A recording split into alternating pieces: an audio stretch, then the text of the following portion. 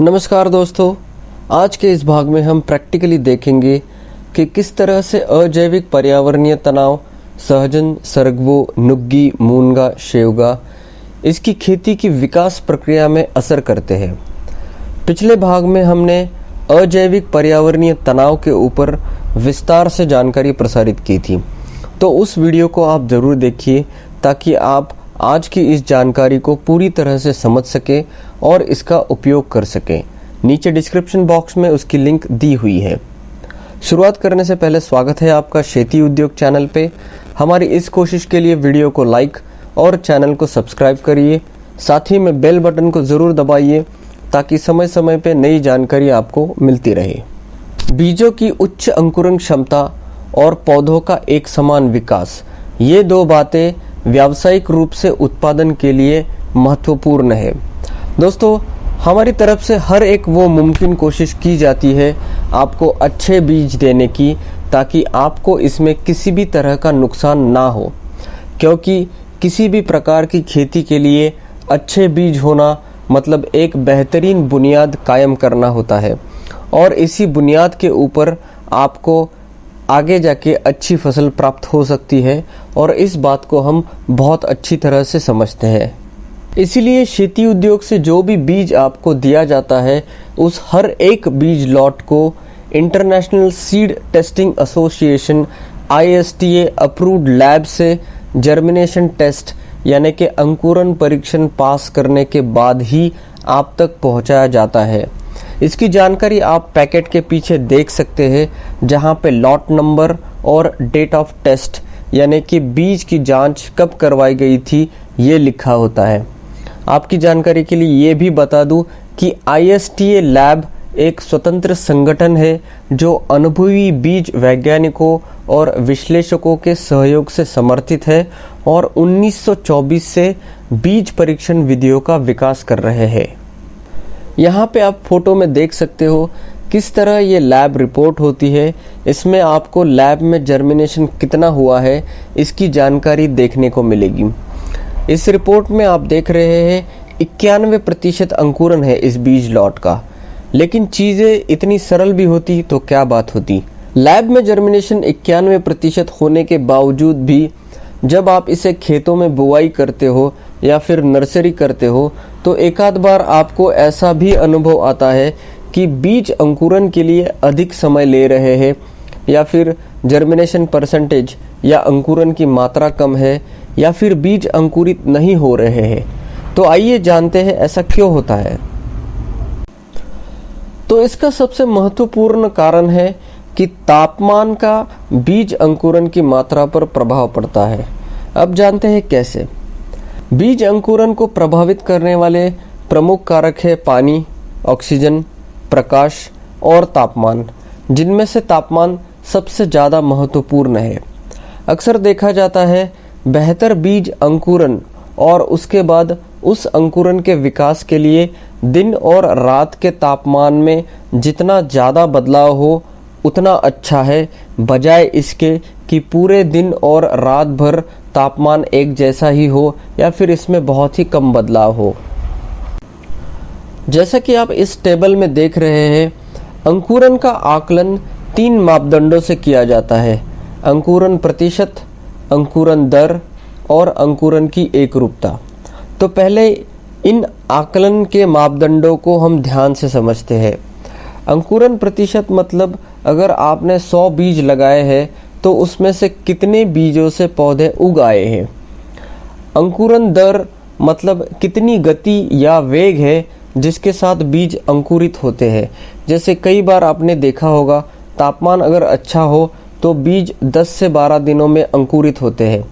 वही अगर तापमान कम हो यानी कि ठंडे का मौसम हो तो वही बीजों का अंकुरन दिखाई देने में शायद आपको 20 या उससे भी ज़्यादा दिनों का समय लग सकता है। तो ये होता है अंकुरन का वेग या उसका दर। और तीसरा मापदंड है अंकुरन या पौधे के विकास की एकरूपता, मतलब कि ये जो सारे बीज है वो एक दूसरे के टाइम के मुकाबले में कितना एक साथ उग आए हैं। जैसे कि कई बार आपने अपने खेतों में देखा होगा कि कुछ पौधे बहुत तेज़ी से विकास करते हैं और इन्हीं में से कुछ पौधों का विकास बाकी के मुकाबले में बहुत धीमा होता है। इसके चलते कुछ समय बाद पूरे खेत में पौधे आकार में छोटे बड़े दिखाई देते हैं। तो इसे कहते हैं पौधे के विकास की एकरूपता। इस ग्राफ या लेखा चित्र में आप देख रहे हो कि अलग अलग तापमान का अंकुरन पे किस तरह से असर पड़ता है। जैसे जैसे तापमान बढ़ता है अंकुरन की मात्रा यानी कि जर्मिनेशन परसेंटेज कम होने लगता है। जैसे 10 से 20 डिग्री सेल्सियस में अंकुरन प्रतिशत 93% है, वही 15 से 25 डिग्री सेल्सियस में अंकुरन प्रतिशत 87% हो जाता है और इन तीनों में सबसे कम अंकुरन यानी कि 82% 20 से 30 डिग्री सेल्सियस पे होता है। अब इसमें आपको ये भी सवाल आया होगा कि कम तापमान जैसे कि 10 से 20 डिग्री सेल्सियस पे जर्मिनेशन ज़्यादा और अच्छे तापमान जैसे कि 20 से 30 डिग्री सेल्सियस में जर्मिनेशन कम क्यों होता है। सहजन, सरगवो, मुनगा या शेवगा इनके बीजों में जर्मिनेशन परसेंटेज जो है वो उन बीजों की सुसप्तावस्था या प्रसूति जिसको डॉर्मेंसी ब्रेक करना कहते हैं इस कारक पर निर्भर होती है। अब ये सुसप्तावस्था या प्रसूति या जिसको डॉर्मेंसी ब्रेक करना क्या होता है तो यहाँ पे आप इस वीडियो में देख सकते हैं कैसे इस बीज की सुसप्तावस्था या प्रसूति या डॉर्मेंसी ब्रेक होती है और इसमें से अंकुर बाहर आने लगता है। तो होता यूँ है कि 10 से 20 डिग्री सेल्सियस तापमान में बीजों की सुसप्तावस्था या प्रसूति यानी कि डॉर्मेंसी ठंड की वजह से जल्दी ब्रेक हो जाती है यानी कि 5 से 7 दिनों में। इसलिए इस कम तापमान में जर्मिनेशन परसेंटेज ज़्यादा होता है, लेकिन इस 10 से 20 डिग्री सेल्सियस तापमान में जो अंकुर बाहर निकलते हैं उनके विकास का वेग बहुत ही कम होता है और इसीलिए उससे जो पौधा बड़ा हो जाता है उस पौधे का विकास भी एक समान नहीं हो पाता। तो यहाँ पे आप देख सकते हो कि अंकुरन का वेग मतलब क्या होता है। इस वीडियो में आप यहाँ पे देख सकते हो किस तरह से सुसप्तावस्था या प्रसूति या डॉर्मेंसी ब्रेक होने के बाद अंकुर बाहर आते हैं और इनका विकास शुरू हो जाता है। तो आप लोग सोचेंगे कि ऐसा है तो भाई हम लोग इसे 10 से 20 डिग्री में ही लगाएंगे ताकि हमें ज़्यादा से ज़्यादा अंकुरन मिले। लेकिन जैसे कि हमने पहले आपको बताया है व्यावसायिक रूप से उत्पादन के लिए बीजों की उच्च अंकुरन क्षमता के साथ साथ अंकुरन और पौधे का एक समान विकास भी महत्वपूर्ण है। इसलिए अगर हमने 100 बीज लगाए हैं तो ना कि सिर्फ ज़्यादा से ज़्यादा बीज अंकुरित हो लेकिन इसके साथ साथ इस अंकुरन का विकास भी तेज़ी से होना ज़रूरी है। 10 से 20 डिग्री सेल्सियस तापमान में भले ही सबसे ज़्यादा अंकुरन होता हो लेकिन अंकुरन का विकास बहुत ही धीमी गति से होता है। शायद इसके लिए 20 दिन तक का भी अवधि लग सकता है। वही 15 से 25 डिग्री सेल्सियस तापमान में अंकुरन दिखाई देने के लिए कम से कम 18 दिनों का अवधि लग सकता है। वही आप देखेंगे कि 20 से 30 डिग्री सेल्सियस तापमान में अंकुरन सिर्फ 10 से 12 दिनों में ही दिखाई देना शुरू हो जाता है। तो 20 से 30 डिग्री तापमान में ऐसा क्या होता है कि बाकी तापमान के मुकाबले इनमें अंकुरन के विकास की गति ज़्यादा होती है।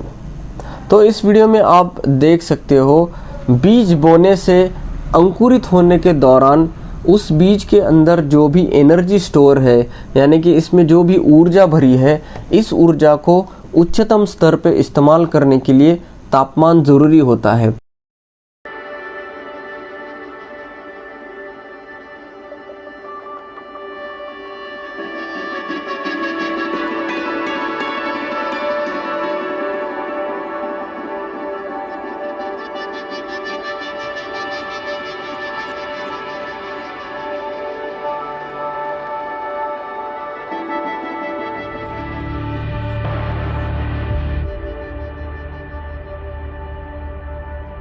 और इसलिए इसे बुआई करने के लिए सबसे बेहतरीन और अनुकूल तापमान है 20 से 30 डिग्री सेल्सियस के बीच। इसलिए आपको बताया जाता है बीज लगाने से पहले इसे 24 घंटे तक सामान्य तापमान वाले पानी में भिगोए और उसके बाद बीज प्रक्रिया करके छांव में सुखा के उसके बाद बुआई या नर्सरी करें ताकि अंकुरन की प्रक्रिया को बढ़ावा मिल सके। अब देखते हैं अंकुरन का तीसरा मापदंड यानी कि तापमान का पौधे के विकास या एकरूपता पे क्या असर पड़ता है।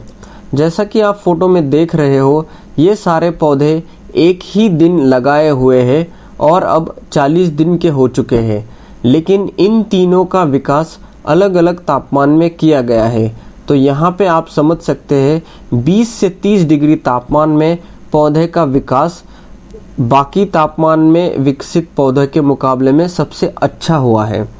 यहाँ पे आपको ये भी समझना होगा कि 20 से 30 डिग्री सेल्सियस तापमान न सिर्फ अंकुरन बल्कि पौधे की उच्चतम विकास, जिसमें पेड़ की ऊंचाई, तने का व्यास, पत्तों का साइज और जड़ों का विकास, इन सभी के लिए बेहद ज़रूरी है। इसलिए इस जानकारी के आधार पर आप अपने क्षेत्र में कब बुआई करना सही रहेगा ये तय कर सकते हैं। 10 डिग्री के नीचे और 35 डिग्री के आगे पौधे का विकास तेजी से घटता है, इसलिए आपके बुआई का समय बहुत ज़्यादा महत्वपूर्ण है। तो पर्यावरणीय तनाव की वजह से इसकी खेती में आने वाले जिन समस्याओं के बारे में हमने जिक्र किया था पिछले वीडियो में, जैसे कि बीज अंकुरित ना होना या फिर बीज अंकुरन के लिए बहुत ज़्यादा समय लगना या फिर बहुत ही कम बीज अंकुरित होना, तो इसका जवाब है व्यावसायिक रूप से खेती करने के लिए बीजों की उच्च अंकुरन क्षमता के अलावा पौधों का एक समान विकास भी बेहद ज़रूरी होता है। इसलिए इसकी खेती में चाहे आप नर्सरी कर रहे हो या सीधा बुआई या फिर रोपाई, सबसे अनुकूल तापमान 20 से 30 डिग्री सेल्सियस होता है। और रही बात बाकी तापमान के मुकाबले में अंकुरन की मात्रा या जर्मिनेशन कम होने का, तो इसीलिए आपको सलाह दी जाती है कि आप चाहे नर्सरी कर रहे हो या सीधा बुआई या रोपाई, एक जगह 2 या 3 बीज लगाए ताकि 20 से 30 डिग्री तापमान में जो थोड़ा बहुत कम जर्मिनेशन होता है उस कमी को पूरा किया जा सके, ना कि इसलिए कि बीज की ज़्यादा खपत हो। लेबोरेटरी में अंकुरन की जांच करते वक्त बहुत सारे कारक यानी फैक्टर्स जैसे कि पानी, ऑक्सीजन, प्रकाश और तापमान कंट्रोल तरीके से होता है। इसी कारण वहाँ खेतों के मुकाबले में जर्मिनेशन भी जल्द और बेहतर प्रतिशत में होता है। इसलिए आपको लैब रिपोर्ट के जर्मिनेशन प्रतिशत और खेतों के जर्मिनेशन प्रतिशत में थोड़ा बहुत फर्क का अनुभव होगा, लेकिन ये बात निसंदेह है कि खेती उद्योग से जो भी बीज आपको दिए जाते हैं वे सबसे बेहतर क्वालिटी के होते हैं। फ़र्क यही होता है कि जब आप इसकी बुआई करते हो तो वहाँ उस समय की जो भी प्राकृतिक परिस्थिति है यानी कि पानी, ऑक्सीजन, प्रकाश और तापमान, ये हमारे बस में नहीं है, हम इसे कंट्रोल नहीं कर सकते और इसलिए कभी कभी आपको बीज अंकुरन से जुड़े थोड़े बहुत कम अच्छे अनुभव आते हैं। लेकिन अगर आप इस जानकारी का उपयोग सूझबूझ के साथ करते हो तो हमारा आपको जानकारी देने का ये प्रयत्न सफल रहेगा। तो कोशिश कीजिए, बुआई हो या रोपाई हो, सबसे अनुकूल समय जब तापमान 20 से 30 डिग्री सेल्सियस हो वही है, और इसके साथ में मिट्टी और पानी की मात्रा का ख्याल भी रखना ज़रूरी है। साथ ही में बीज लगाने से पहले इसे 24 घंटे तक सामान्य तापमान वाले पानी में भिगोए और उसके बाद बीज प्रक्रिया करके छांव में सुखा के उसके बाद बुआई या नर्सरी करें ताकि अंकुरन की प्रक्रिया को बढ़ावा मिल सके। और एक साथ एक जगह 2 से 3 बीज डालिए। जानकारी का उपयोग करना सीखिए, या फिर आप हमारी कंसल्टेंसी की सुविधा का भी लाभ ले सकते हैं जिसके लिए आपको कुछ फीस देनी पड़ती है। दोस्तों, आशा है आज की वीडियो आपको पसंद आई हो। ओडिसी 3, भाग्या या PKM1 के बीज खरीदने के लिए आप हमें फ़ोन या व्हाट्सएप द्वारा संपर्क कर सकते हैं या फिर हमारी ऑनलाइन स्टोर को विजिट कर सकते हैं www.shetiudyog.india.com। जाते जाते लाइक और सब्सक्राइब ज़रूर कीजिएगा। मिलते हैं जल्द एक और नई जानकारी के साथ। धन्यवाद।